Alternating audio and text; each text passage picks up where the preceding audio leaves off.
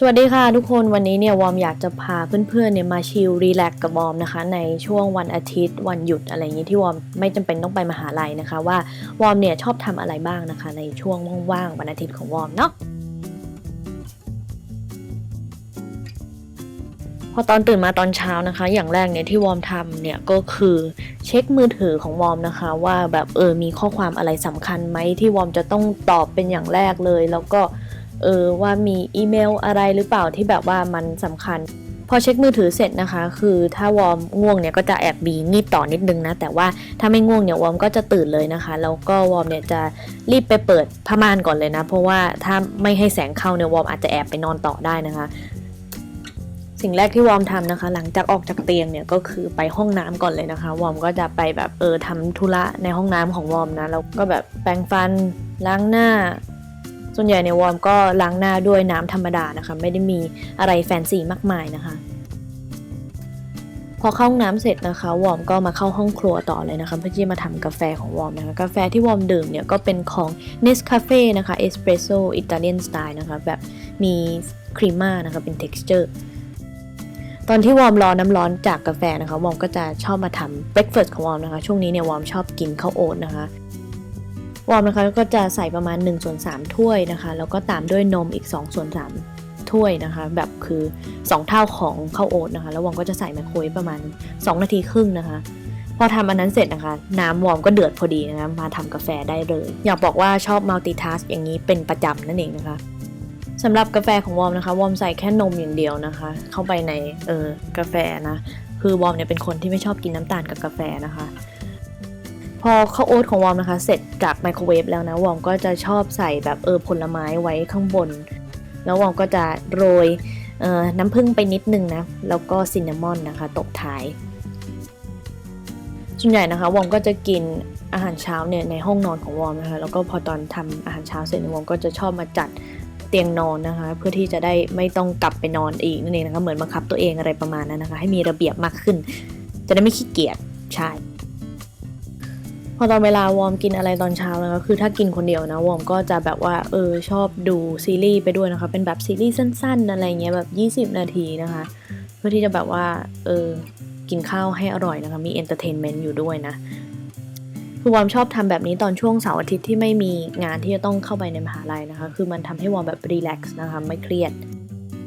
พอหลังจากทานข้าวเช้าเสร็จนะคะวอร์มก็จะชอบมาดู to do list ของวอร์มนะคะแบบว่าเป็น daily to do list นะว่าแบบวอร์มต้องทำอะไรบ้างในแต่ละวันนั่นเองนะคะแบบงานบ้านก็มีหรือว่าจะต้องตัดต่อ YouTube อะไรอย่างนี้นะคะจากนั้นนะคะวอร์มก็จะชอบมาเช็คว่าแบบร้านจิวเวลรี่ของวอร์มเนี่ยเป็นยังไงบ้างนะคะเป็นร้านที่วอร์มเปิดกับพี่ชายนะคะชื่อว่าร้าน Sweet Memories นะคะขายทาง IG แล้วก็บน Easy นะคะส่วนใหญ่ในวอร์มก็จะมาเช็คว่ามีออเดอร์หรือเปล่านะในวันนั้นอะไรอย่างนี้นะคะ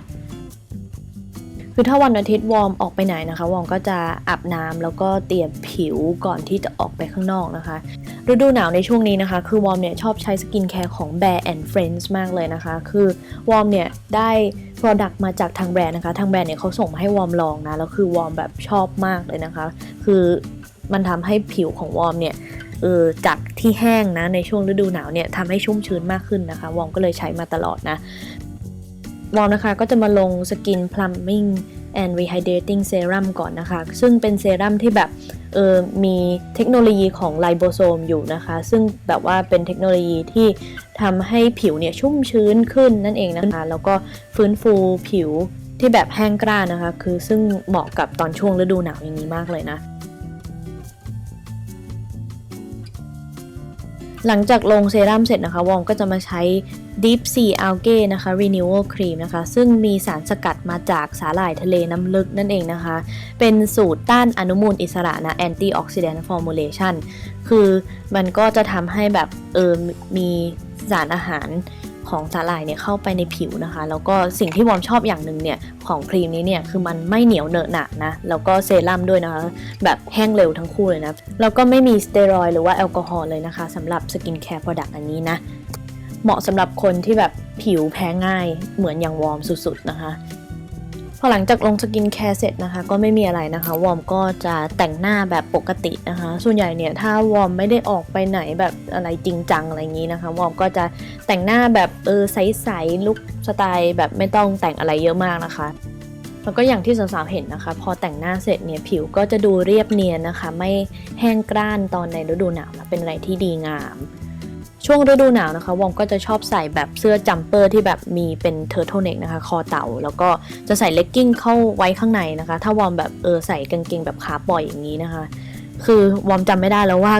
กางเกงอันนี้มันเรียกว่าอะไรก็ไม่รู้อะแต่วอมจะชอบเรียกว่าเป็นกางเกงระบายนะคะที่วอมใส่เลกกิ้งไว้ข้างในเนี่ยเพื่อที่จะได้อุ่นนะเพราะว่ามันเป็นกางเกงแบบขาเปิดนะคือความหนาวเนี่ยเข้ามาได้ข้างในนะคะแล้วก็ช่วงนี้นะคะวอมจะชอบใส่แบบต้มหูที่มันเป็นห่วงนะคะต้มหูอันนี้นะคะวอมซื้อมาจากแบรนด์ Monkey นั่นเองนะคะแล้วคือวอมชอบสไตล์ของมันเป็นสไตล์แบบย้อนยุคอะไรอย่างนี้นอกจากต้มหูนะคะแอคเซสซอรี่อื่นเนี่ยก็คือกำไรนะคะอันนี้ก็คือกำไรหินจากร้านของวอมเองนะคะวอมเนี่ยจะชอบเอามาใส่กับนาฬิกา Daniel Wellington นะคะอันนี้เนี่ยอยู่ในสี Rose Gold นะคะแล้วก็หน้าปัดสีขาวนะเอาล่ะการแต่งตัวของวอมก็มีแค่นี้นะคะวอมก็พร้อมที่จะออกไปข้างนอกแล้วนะคะเวลาออกไปข้างนอกกันนะคะวอมก็ตอนเวลาวอมออกไปข้างนอกเนี่ยวอมก็จะใส่เสื้อโค้ทนะคะหนาๆอย่างนี้นะแล้วก็มีกระเป๋าข้างนะกระเป๋านี้นะคะวอมใช้มานานแล้วแหละเป็นของ H&M นะคะวันนี้นะคะก็ไม่มีอะไรมากนะคือวอมเนี่ยจะออกไปซื้อของนะวันนี้โชคดีนะคือแบบอากาศไม่หนาวมากจนเกินไปนะก็เลยโอเคนะคะก็ไม่ต้องใส่หมวกใส่ผ้าพันคออะไรอย่างงี้ค่อยชั่วหน่อยคือถ้าเป็นปกติเนี่ยวอมจะต้องใส่ผ้าพันคอแล้วก็ใส่หมวกด้วยนะวันนี้ก็กะว่าจะไปบูธเพราะว่าต้องแบบไปซื้อแชมพูแล้วก็สบู่อะไรเงี้ยเดี๋ยววอมนะคะจะพาเพื่อนๆไปบูธนะคะบูธที่อังกฤษเนี่ยมันเป็นยังไงนะคือมันก็แตกต่างจากที่เมืองไทยเยอะนะ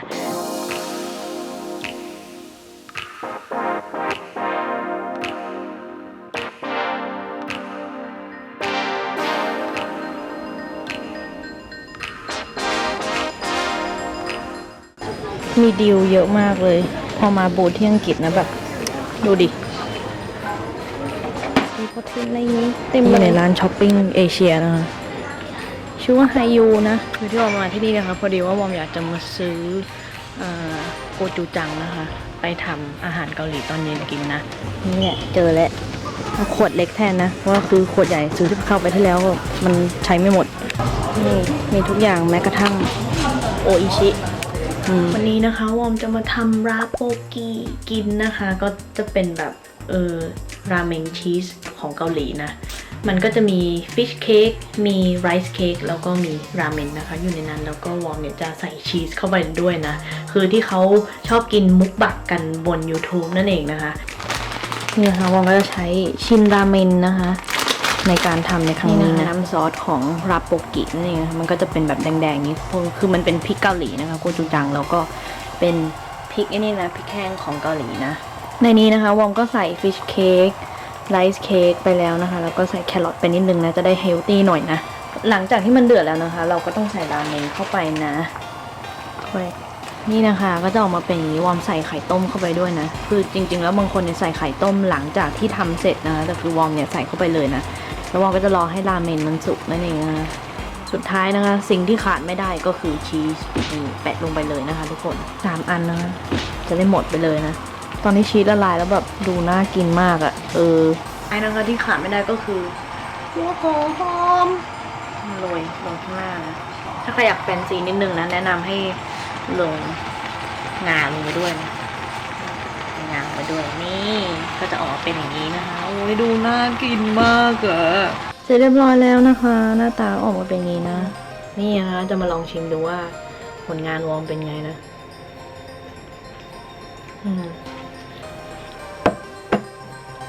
ใช้ได้เลยเอาละค่ะวอมคิดว่าวอมขอจบวิดีโอแค่นี้ก่อนแล้วกันนะคะคือวอมเนี่ยอยากจะ